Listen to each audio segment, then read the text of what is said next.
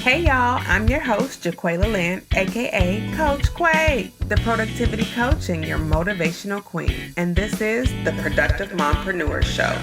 This podcast is for mompreneurs who want tips to be more productive in their family life and their business. Because God so freely gave these tools to me, I will give you everything you need.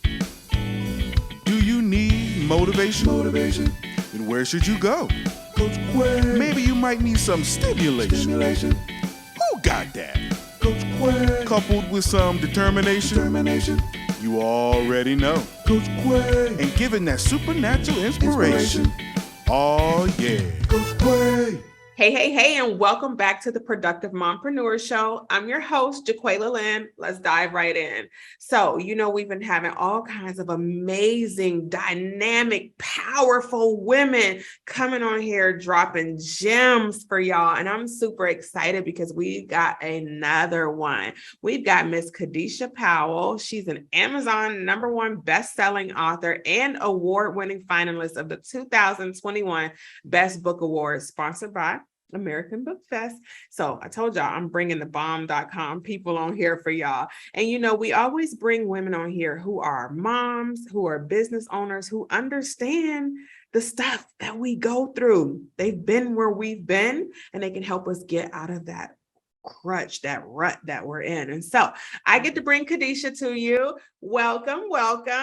Thank you so much. How are you? I'm doing fabulous. Another day in the neighborhood. I had to jump away from my kids and my husband so I can come on here and talk to you. Yep, I totally understand that. Yeah. So tell us a little bit about you. Yes. So I'm a mom. I was a single parent of one son. I raised a 25-year-old college graduate. He's in Kansas City doing great things as an engineer. You go, girl. And thank you. 2 years ago, 4 years ago, met the love of my life, married him 2 years ago. And then I also have two bonus sons who are 7 and 9. So I'm surrounded by boys and more boys. And so kind of like the epitome of the boy mom. I am also a published author, and my debut memoir, as you said, was an Amazon #1 bestseller. It's won awards. And then I wrote a romantic suspense that I co-wrote with my writing partner, Erica B. Davis. And so as you see on my Zoom background, both of those are there.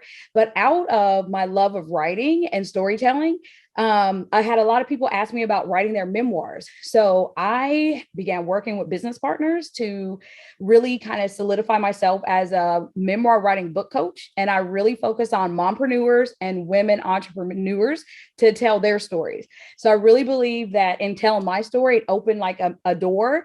And now that self-publishing is leveling that playing field, more moms and more women entrepreneurs should write their story, tell their journey, because people want to read about the everyday person.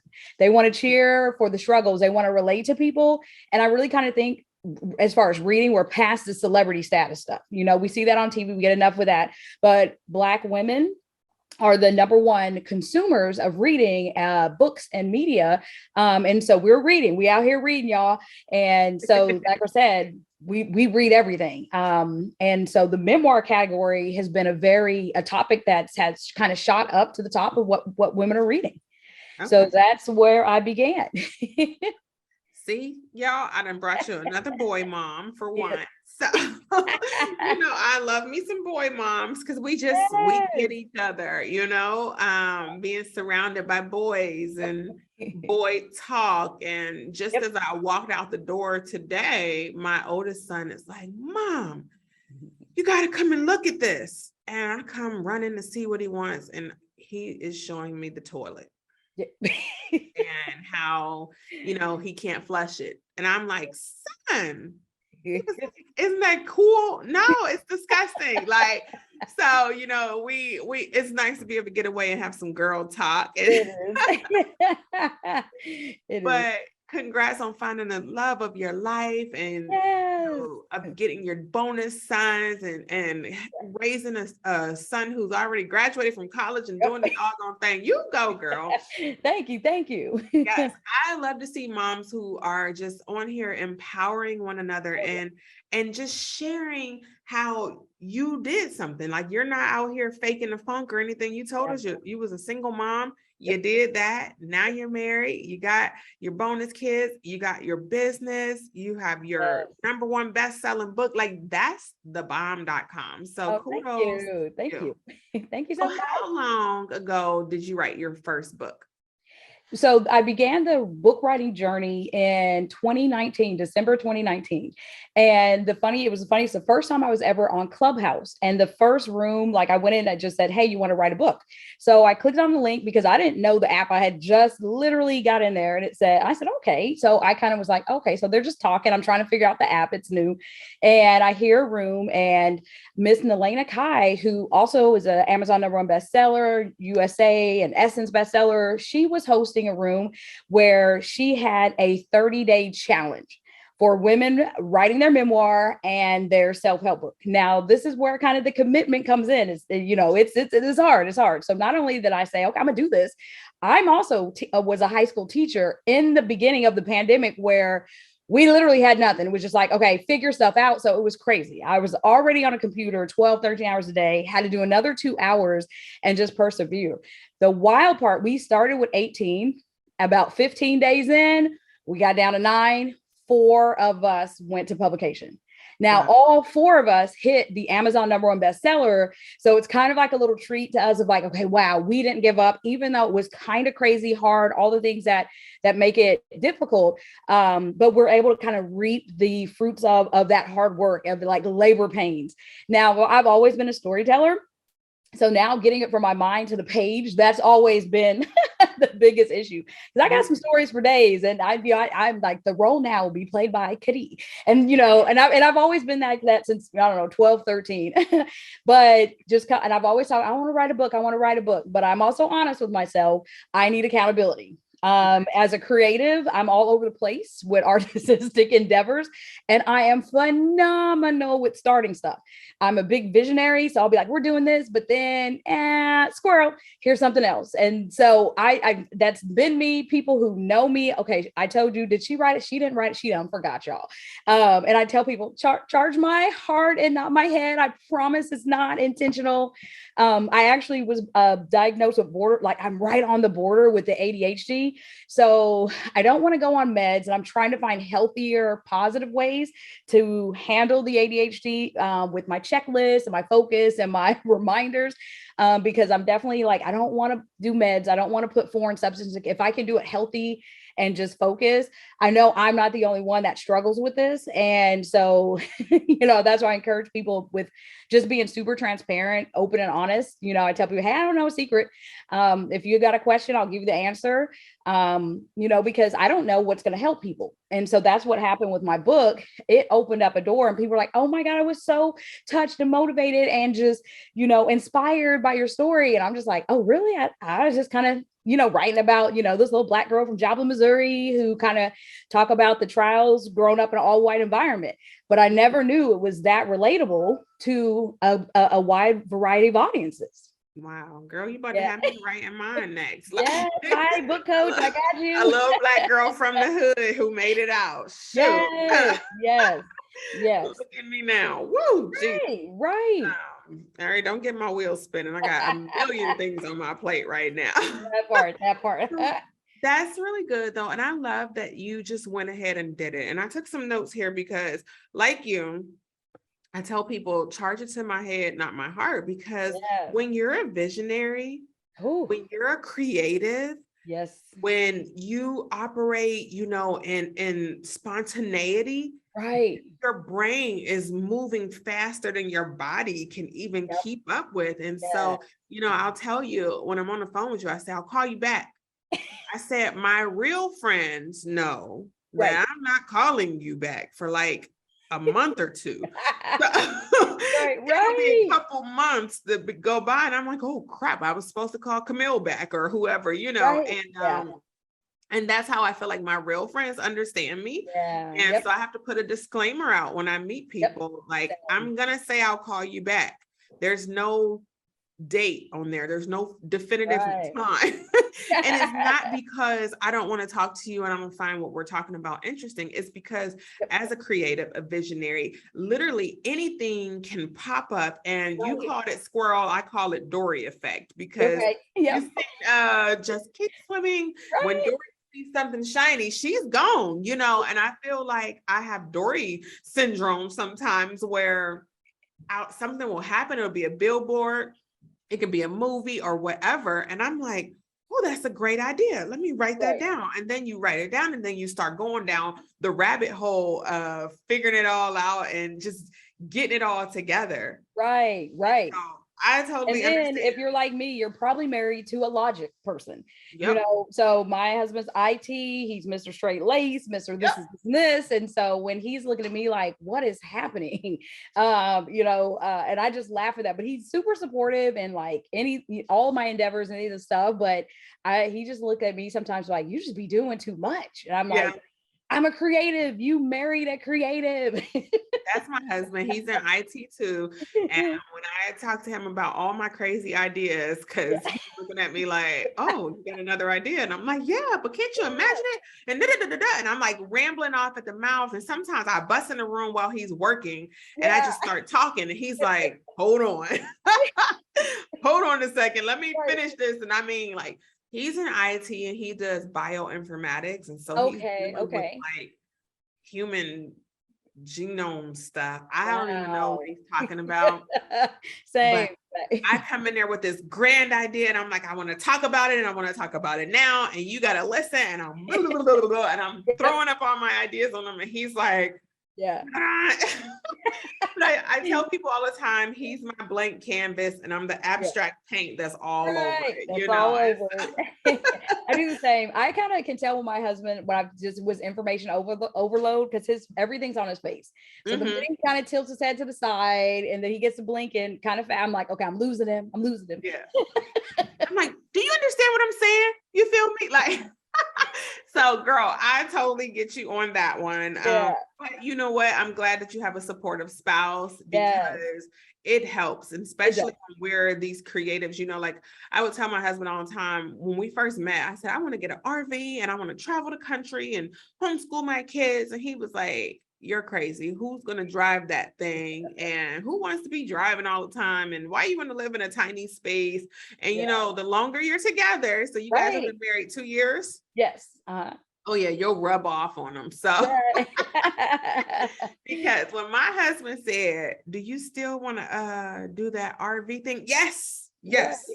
Before you change your mind, before you even finish your question, yes, the answer is yes.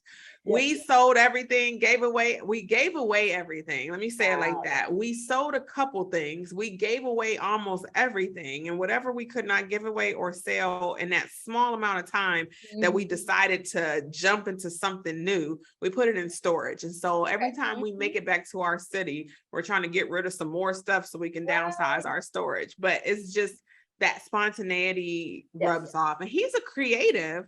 Yeah. But he's a logic. So it's weird. But it works. It works. It does. It works. There's a great balance between the two of us because he brings me back out of the clouds sometimes when I'm way out there, you know, and he's like, so how are you going to do that? And I'm like, oh yeah, we got to plan that out, huh? Give me just 2 days and I have a plan. Yep. Right.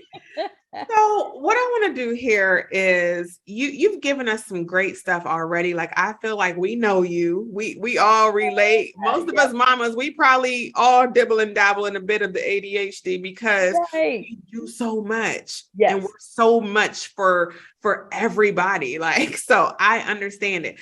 I want to give you a moment because we've got so many women who have had a desire to write their first book, you know, or so many women want to be #1 best-selling authors, you know, they've got a story to tell. And I feel like this is a great time for you to pour into our audience. So I'm going to give you the table. I'm going to let you take it right now and just really pour into our audience and teach them what they need to know.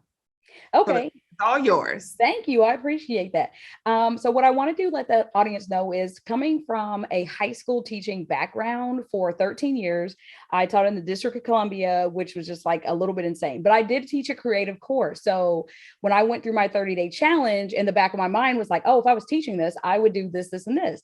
Afterwards, people kept coming to me like, help me write my book. So I was like, okay, I think there's something here, and work with business coaches to develop my coaching. So I'm specifically for self-help or memoir, because they kind of are the same for women. And like I said, my specialty, women entrepreneurs and mompreneurs.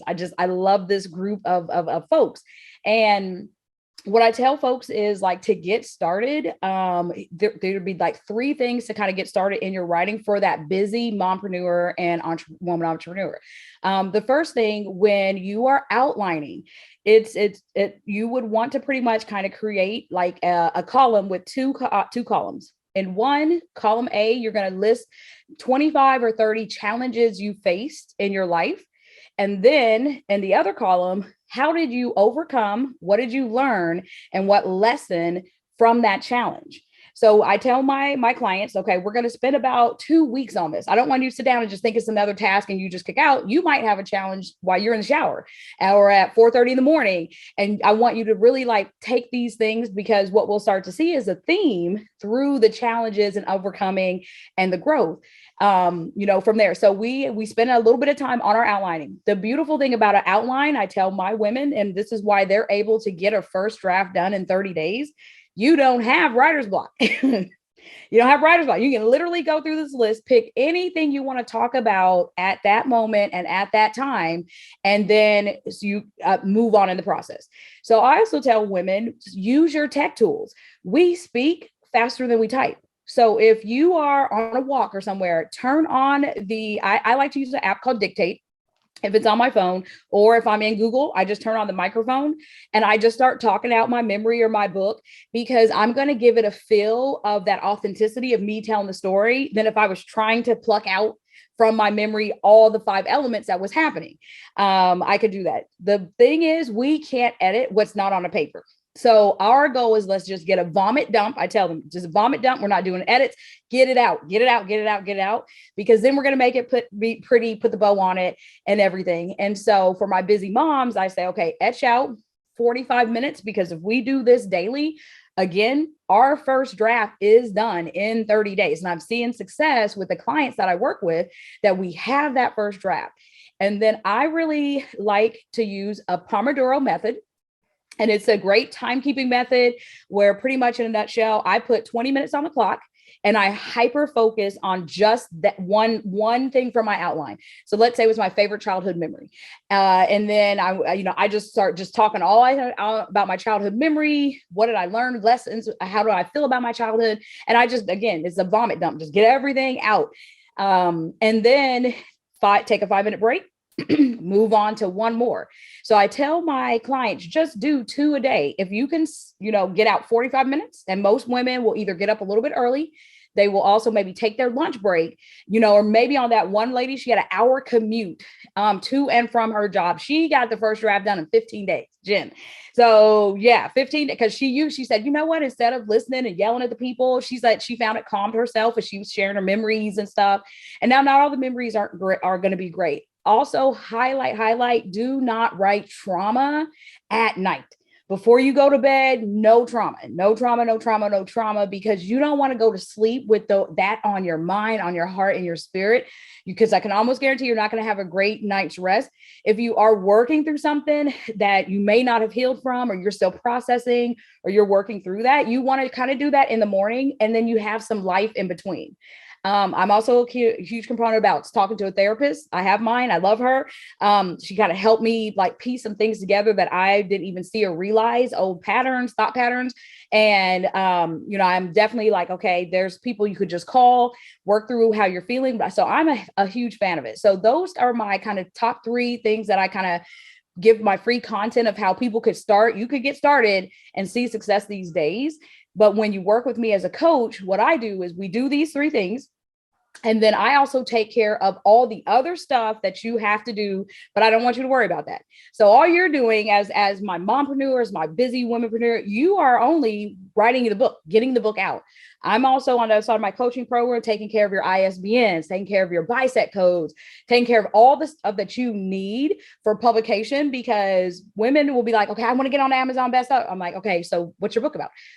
Well, so we have to kind of reverse engineer, and we can't start at the end. We need to get a book so we could get it, there, and then move from there, because marketing is a whole nother baby than just getting the process of writing it down. I also work with two professional editors. So the content editor who will look at the content structure, and then developmental who will read the whole story and find out the pieces that you need to add or kind of subtract, but you still have total control. So my content developer, she was like, how come you don't write about your mom in your book? And I was like, honest, I didn't know my mom. I don't have any memories. I didn't know her. So I don't have any feelings. I don't have enough to say about it. So she's not really in there. And then I was a girl dad. My dad raised me and my sister. So again, you have 100% control. It's just suggestions. We want to fix up the grammar. We want to fix this, because you want to come out with your book tight as it could be. Because a lot of people think, okay, I'm gonna run it through Grammarly, or I'm gonna do this, or I don't need an editor. You need an editor. You need an editor like you need air, because how many books, if I read a chapter and there's like 10, 12 errors, I'm not gonna finish it. And the likelihood of me buying something from you ever again is going to be super low. So you really want to have your first book just come out the gate.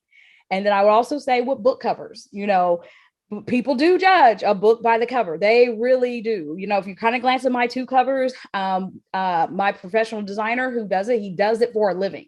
He is a graphic designer. It's not just, hey, I could throw something together, because how many times have we been at book fairs and stuff? Your first I am like, ooh, people come over and be like, oh, that's cool. And they picked up a cover, they've caressed the cover and be like, Joplin, girl, so what is this about? And then I could tell them about that. I even laugh in my concept meeting. I told Jeremy, I said, well, I'm the kind of black, white girl left the town, and then I got to explore like a butterfly. That's literally all I told him. And then this is what he gave me. And I fell in love with the cover from there. Like, he is a genius. So I want, again, my clients to just have that full experience without the stress of like, okay, what do I do next? It's so much. It is, but all I want you to is focus on your writing and let me take care of the rest of the stuff. So it's a huge plate burden off of your shoulders. So that's kind of, again, how I've gotten started. I've seen success, working with clients as they're coming in. I don't do cohorts because people's time is there. You just come in and you start where you start. And then, some people want to push it out later. Some people are like, okay, I want my book out January 1st. You are in control of this vehicle. And I'm here as your biggest cheerleader. As a former high school student, a teacher, I can see how I'm going to work with you because what type of learner you are. And then, I just get to know my clients, for that. And so they become my clients, become my family, and I'm their biggest cheerleader when the book is coming out and stuff. So far, we're all in our working stages of our documents, our edits. They're all at different stages. So we haven't had anyone release yet, but I really believe at the top of 2023 is going to be a great success of the clients I work with publishing their first book. Girl. This was so good, y'all. I hope you gathered this. Like, she gave you a blueprint to get started. If you are like, oh, I'm not ready to work with a coach, she gave you the blueprint. I meet so many people who we give them stuff. Yes. Don't take it and run with it, Right. I had someone similar to you who gave me the blueprint. I wish I would have had a you with more of the blueprint. I was missing quite a bit of the blueprint. And so I'll use myself as an example. I didn't understand the marketing aspect. I didn't understand all of that. I just had someone give me the blueprint of write the book. Yes. Put some time on your calendar every day, two blocks a day, 10 to 15 minutes. Well, you got to do voice memos. Like the stuff you said, she told me that. And so that's how I got my book written in 4 weeks or something. Okay, nice. Yeah. And I mean, I was setting it up. I was working really hard for 4 months and wasn't getting anywhere. And then I met this lady and she gave me the blueprints. And 4 weeks later, I had my book done. And so, and I had the edits done and some more edits and everything. And I probably needed some more edits done. Right. And you had me over here cracking up because I remember I wanted to support an author from my hometown. Yep. So I bought her book. I did not make it past page 1. Yeah.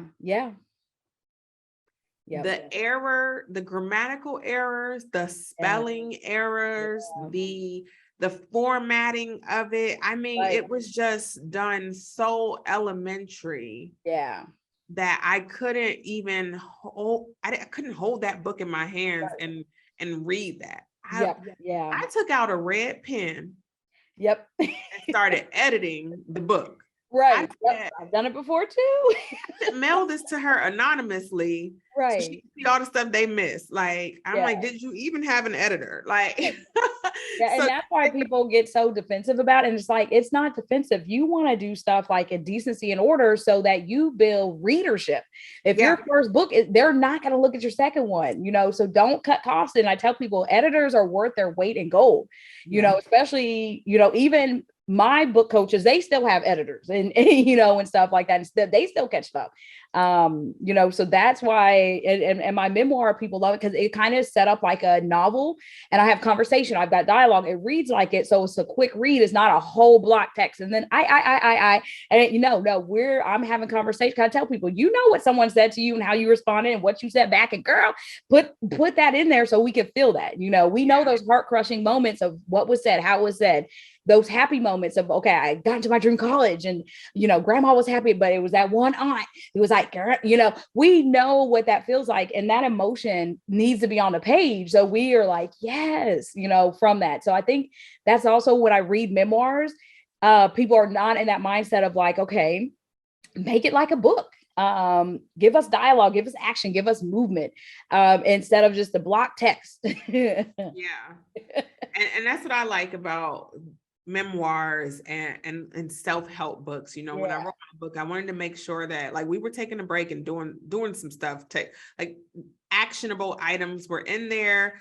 People told me like, when I read your book, I felt like I was sitting there having a conversation with you. Like I could hear your voice saying that. And I'm like, that was the point, Right. So thank you for sharing these tips. Yes. I wanted to just pull out a couple of the things that people can do that you said, because a lot of people say, I don't have time. Yep. But you brought out a really good one. You said a lady who was spending an hour in traffic, instead of yelling at people, she used a dictate app or something to say that. And that's one of the things that people forget about. Like there are so many tools out here these days. There's no excuse. There's no excuse. I tell people all the time, they say, I don't have time to read my Bible. Yes, you do. Yes, you do. Play. Let it read to you. Let it read. Right. That's I'm like, sometimes I have to multitask with the words. So I put it in my ear and then I go for my morning walk, and I'm like, God, talk to me while I walk and breathe this air that you gave me and see this beautiful trees. I love walking and seeing the palm trees and the blue skies and hearing the sound of the waves crashing. Like those are all things that I'm like, God created this. So I'm going to go take a walk and enjoy it and listen to my word. Some people say reading is boring, There's so many audio apps out here. Tons. And it really is no excuses, because at the end of the day, we make what's important to us a priority. So if you haven't made it a priority, it's going to be a task to you, which means you don't want to do it. But if you're following a proven system and then you start to see results, they start to make it fun and have, from there, because I've had people, they'll put all the stuff out there and they said, this was very cathartic. Like, I didn't know all this was in here. Not everything went in the book either. They have pages that they have that's like, nobody will ever see this stuff. And I'm like, again, you're in control. I'm not. What you are going to be comfortable with, what you want to be comfortable, because then you will be your own marketing for it. So if you're not comfortable with stuff in the book, or, and the biggest part, people are like, well, what about my family? What are they going to say? And I'm like, okay, we don't know your family. I don't know Uncle Jimmy. And, but again, Uncle Jimmy could be Uncle Chad. We don't know your exes. Why can't he be like a Russian named Vladimir? We don't have, it doesn't have to be your actual person. It could be a representation. So getting that biggest fear over what the inner circle is going to think. I'm like, but think about the bigger impact that's bigger than your inner circle. And if I'm really honest, 9 times 10, they're not going to read it anyway, unless they think they're in there. If we be honest, your biggest supporter is going to come outside your family. If we being honest. Absolutely. I know so many women who are like, my family won't support me. And I'm like, forget your family. Yep. Like, yeah, your supporters are going to be the people who relate to you, the people who Yep. heard your story and felt like, wow, I identify with that, Exactly. and that's what writing your memoir is all about, putting it out there so people can identify with you, and then they can overcome their same struggles that you overcame. So I love what you're doing here. I think it's amazing. Another thing you said that I think so many of us struggle with is we have all of these ideas right here. Yep.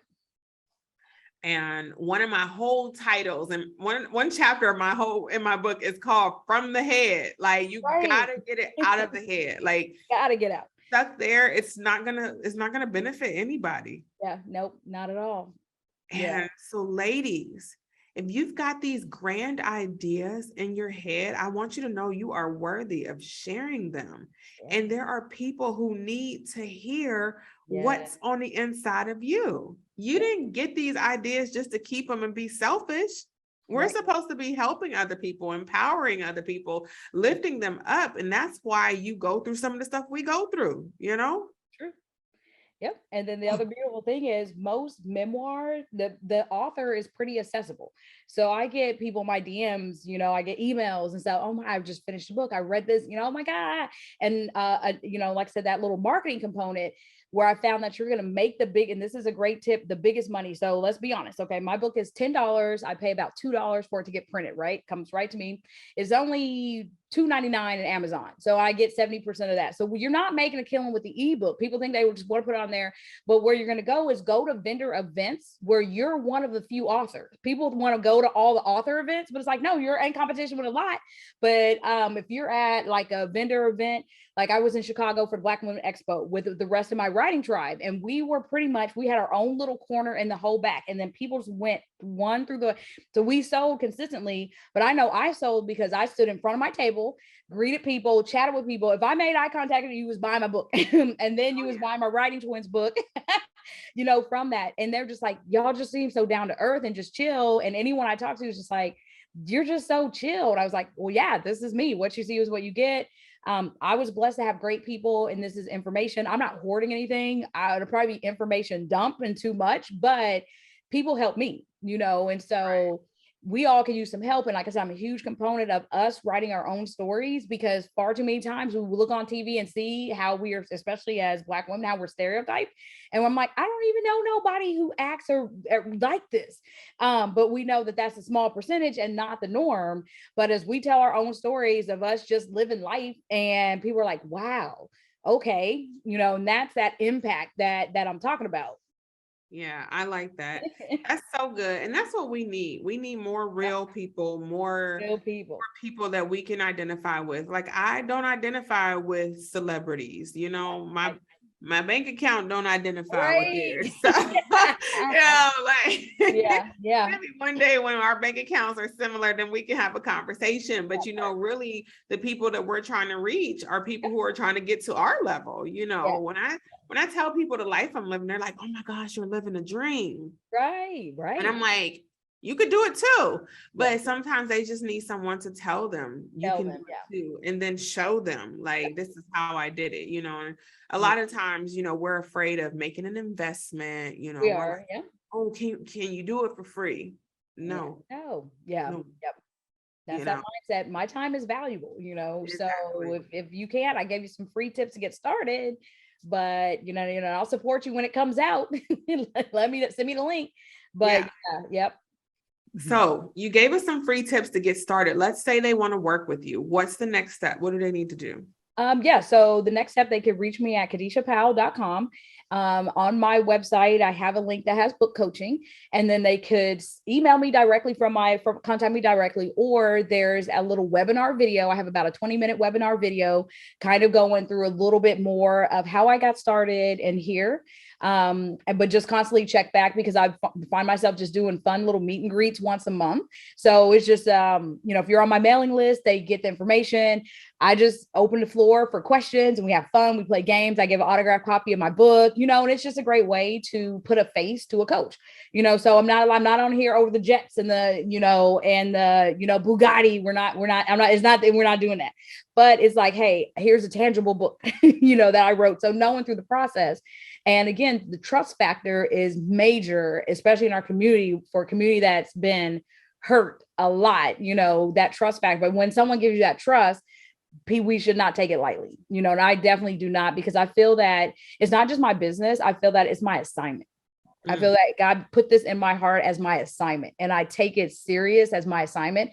And I tell him, okay, well, send me the people you want me to help and impact, because I know through all of that, we're doing the work that he wants us to do. Absolutely. That's just my heart as a believer. Girl, you gave us so many goodies today. I hope we get at least 15 books written out of this, because we got some listeners who need to take action. You have a story on the inside of you, and someone needs to hear it. I was told when I was holding my story inside, you are holding someone's life, someone's destiny in your hands. Yes. You have to release it. And that was what it took for me to really just do what I had to do. Yep. And I was just like, oh, I can't do that. I can't be responsible for someone not walking into their calling and their purpose because I'm being selfish or being fearful, full of fear, and don't want to share what's on the inside of me because I'm worried about how people are going to judge me. I mean, I wrote my book and my grandfather didn't talk to me for 5 months because he was mad about what I wrote about him. And I'm like, you gave me permission. Right. And your truth, though. Your truth is your truth as well. Yeah, very true. Very true. So mine sat in my heart for 10 years. Yeah, if I'm full transparency, it burned. And then again, right around that time, it just burned brighter. I'm like, okay, I need to really go back to this. And I said, well, Lord, help me, because you know my struggles. And then again, Clubhouse, and then here we are. So it's just awesome. You don't know who's that person that's going to connect to you. Your heart spirits is going to pull that story out. And like I said, okay, I'm gonna get my book down. it's gonna get, well, girl, where the book? Oh yeah, it's coming. Dad wrote one thing. Nothing. But now to go to writing 2 books inside of a year, and then 2 collaborations within 2 years. So it's been kind of a fast pace. I'm working on screenplays now, so I've shifted a little, but I have 2 books coming out in 2023, November, that I'm in the process of writing those. So I'm still I'm the little engine that could. Awesome. So of course, you're a mom, a wife, a business owner. How, with all of this stuff going on, you're a coach, how are you staying productive these days? What does productivity look like for you? Yep. I am a huge fan of a checklist of what I need to get done and then what could be put off tomorrow. But I don't want my tomorrow list to go too far out. So I tell myself, I want to try to work during the weekday. So if it's a weekend, I can hang out with my husband, or we can spend time with the boys. Last weekend, I was able to go get my goddaughter. She spent the weekend with me. She's 12. So she's going through that stage where like mom can't, and, God mom me, so we went shopping and had a great time. And, I just want to, be productive with the time I have. My husband and I, we both work from home. So when he's downstairs working, I'm up on the second floor working. And then I want to be able to just have time either in the evening or there. But sometimes it's an imbalance based on a deadline. So he's been flexible with that as well, but it's not a pattern, So for me, I got to write it down. I got to put in the calendar. I get a check mark, and it just gives me that satisfaction that I could check off and organize my day by having my list here at my computer. Love it. So I know, let's just talk about something totally off. Yeah. You travel and you visited over 15 countries. Yes. I am a travel head too. So what was your favorite trip? So I would say one of my favorite spots was, I really liked Italy. And like, I'm a nerd. Like, I love to read, so I love the old history of it. I you know, when you go over and you just see like the cathedral, I literally burst in tears in the Vatican when I saw the Sistine Chapel. It was just such a beautiful like work of art. Like, I didn't even know why I was crying, but I was just crying experiencing this. Of course, I went up to the Leaning Tower of Pisa. The food, hands down, is amazing. You know, definitely one of spots. First, when I went over, we took students when I was in high school, but I was like, I gotta come and see Italy without. So my best friend and I'm blessed with a travel partner. We started doing international trips like in 2015, going places. So we've just added on to the list and everything. And of course, COVID hit, kind of, you know, put us down.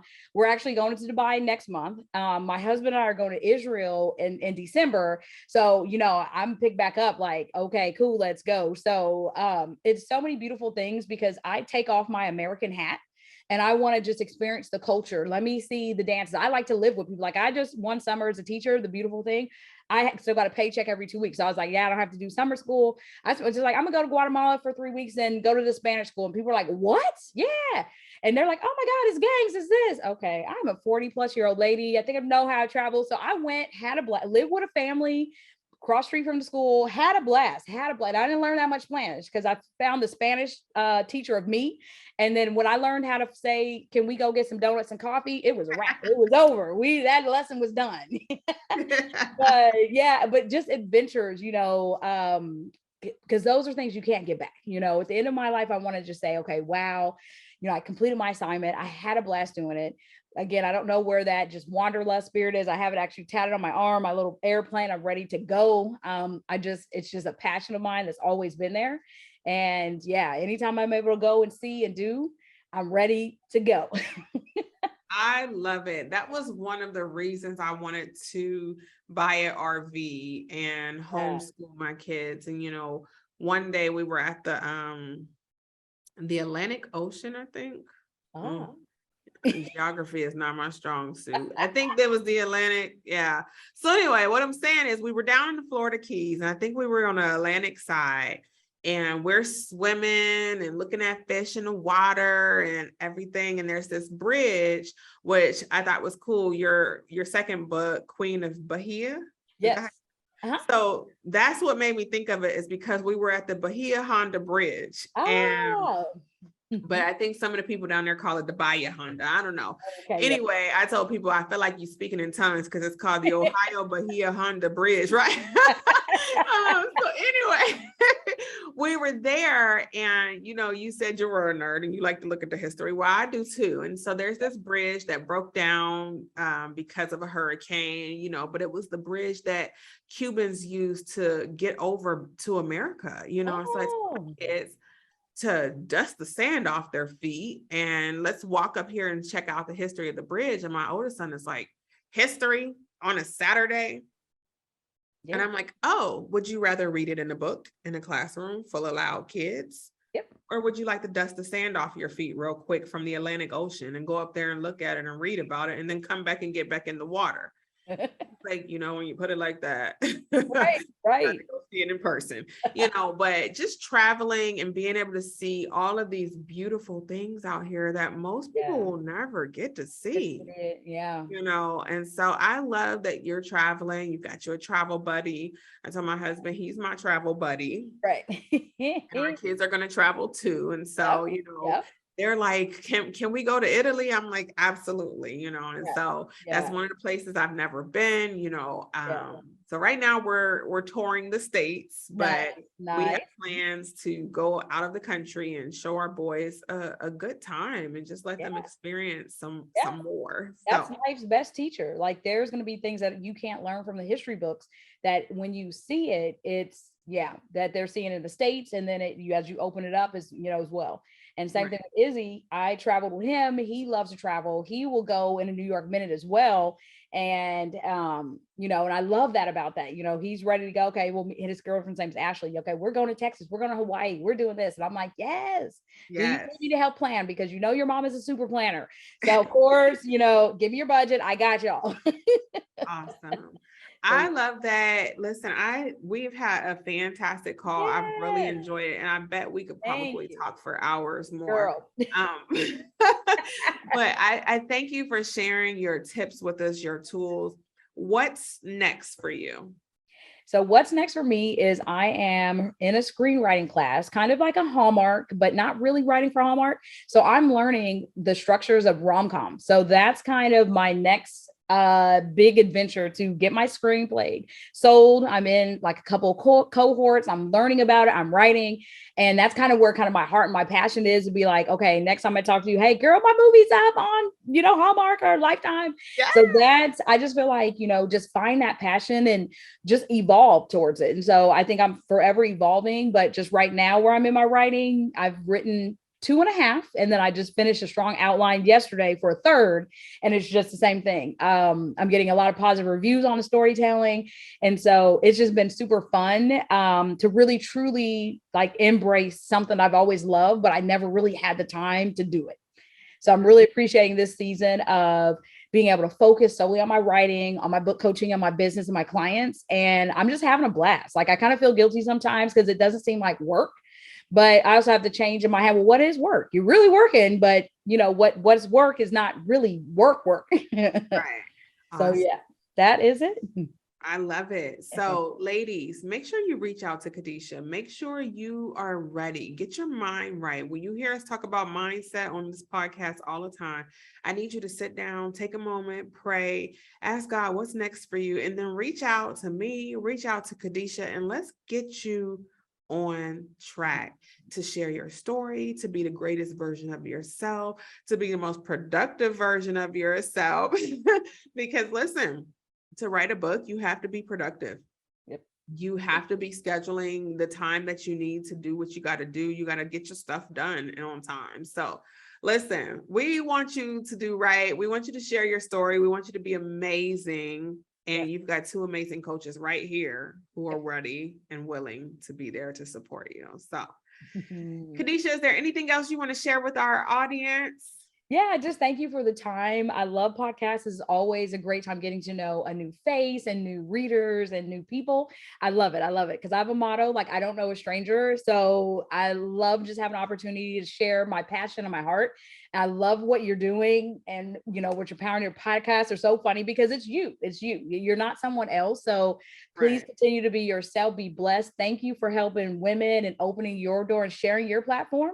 And, I just really, hope many blessings and just everything for you and your family. You're an amazing lady. Thank you so much. Listen, this has been awesome. I'm looking forward to our next conversation. I just truly believe that we did not meet just for the podcast. I think there's so many more things that we're going to do together. And we're going to change this world one woman entrepreneur at a time. Yes, ma'am. So, ladies, thank you so much for joining us. I hope you take these tips and you run with them and you get started, you take action. And thank you all so much for putting us on your to-do list. Now go do something productive. Peace. You already know. Coach Quay.